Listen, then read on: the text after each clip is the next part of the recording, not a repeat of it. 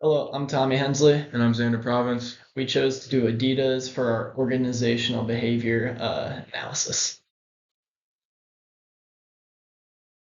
The company overview here on the left is on the left is a picture of headquarters in Germany. Adidas is the second largest sportswear brand globally, only second to Nike. Like I said, they're headquartered in Germany, and the culture is rooted in diversity, sustainability, and innovation. The organizational culture at Adidas, they have over 100 plus nationalities represented. So if you're in the Adidas headquarters, you're guaranteed to run into multiple people from different backgrounds and religions and ethnicities.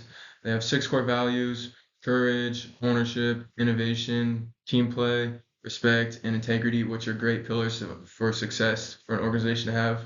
They have strong sustainability mission, climate committed to reduce emissions by 7% by 2030. So here we chose an image that represents Adidas workforce distribution in gender. Adidas has a nearly even gender split of 52% women and 42% man. Along with that, women represent 33% of global management positions. So this is something we thought Adidas actually does well. Reaching out, branching out, getting more women into the workforce is something good that our country has struggled with in the past. This represents Adidas' efforts across all regions to push for more women in the workforce. Yeah, and the leadership style here. So their CEO, Bjorn Golden, he focuses on efficiency and innovation. His blended background of transformational and transactional leadership really helped improve Adidas, and we'll talk about that later, how they're improving revenue. But he has leadership programs that emphasize inclusion and global thinking, and I think this is reflected in on the previous slide, the 100 plus background. So I think that's very impressive. Here we are showing the performance and revenue growth of Adidas. You can see on the left there, it's representing percent increases, and on the bottom the years. So going from 2022, 3, 4, 5 is obviously a good stair-stepping looking graph, which is what we want when looking at revenue. The organization recorded a 12% growth for the brand in the third quarter of 2025, which is something very good we like to see. It's showing that we are continuing to grow and earn revenue. That 12% was the highest total revenue the company has ever achieved in a quarter. Employee engagement drivers, so they have flexible work, development campuses, and global community programs. And I think flexible work is really important for something to look forward to as an employee because you never know what somebody's going through, you never know what their home life's like. So it's really nice as an employee to be able to tell your boss, hey, I'm not gonna make it, I got something going on, and they're very flexible with that. Circular product design and sustainability involvement, kind of what we talked about with reducing the emissions, they recycle, which goes into that sustainability, and that's very, very key for a company like this, especially with their key factors that they have. They have high alignment with job characteristics model, so with the job characteristic model, so everything that an employee is going to need, they're going to meet. So to follow up on employee engagement, one thing that we found in our research that can relate back to our organizational behavior class is the job characteristics model.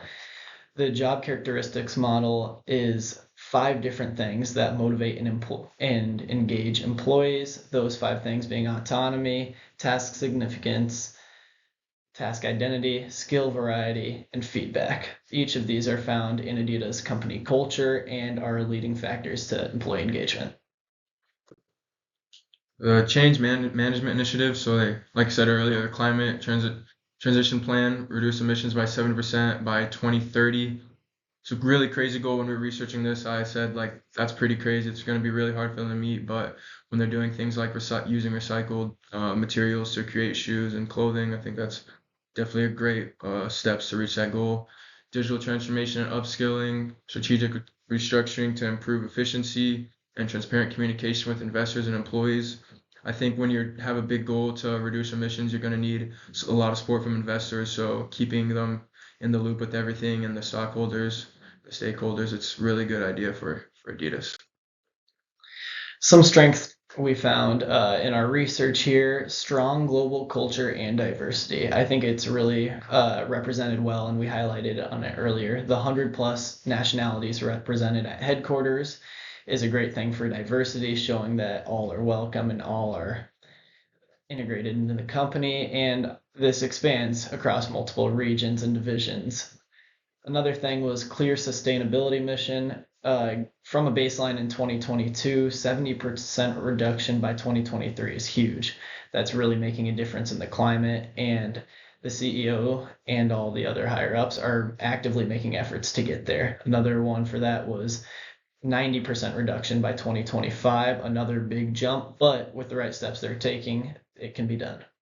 Robust leadership pipelines with learning campuses, employee research groups, and many other uh, opportunities for employees. There are many different ways they can get into leadership positions or just grow in their role at Adidas.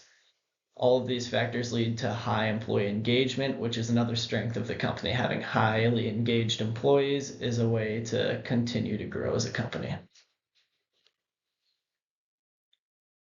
And some challenges that Adidas faces. So restructuring may decrease morale. So change in leadership might um, demotivate some of your lower level employees. Centralization of major decisions limits empowerment. Environmental targets require major long-term investment. Like I said earlier, it's good to keep your investors and stakeholders in the loop. And then strong market competition. Got, like Tommy said earlier, they're only second behind Nike, two really big Nike and Adidas, two really big brands, and then you got companies like New Balance and Under Armour that are trying to make their way up the rankings as well. Just to conclude a little bit here, Adidas succeeds through their company culture, leadership styles, and sustainability. All are factors for a great company and organization as a whole, and they're doing very well with that. Future success relies heavily on balancing efficiency with engagement. So this is cost efficiency, organization efficiency with their employee engagement. Having restructuring going on can be great for the organization, great for company growth, but can be hard on employee engagement as employees may see lowered levels of morale because of it. Organizational behavior practices are working really well. We can see them all highly represented in the company's organization, and this is really helping their performance. These are some of our sources that we use for this presentation. You'll find the rest of them on our paper. Thank you. Thank you.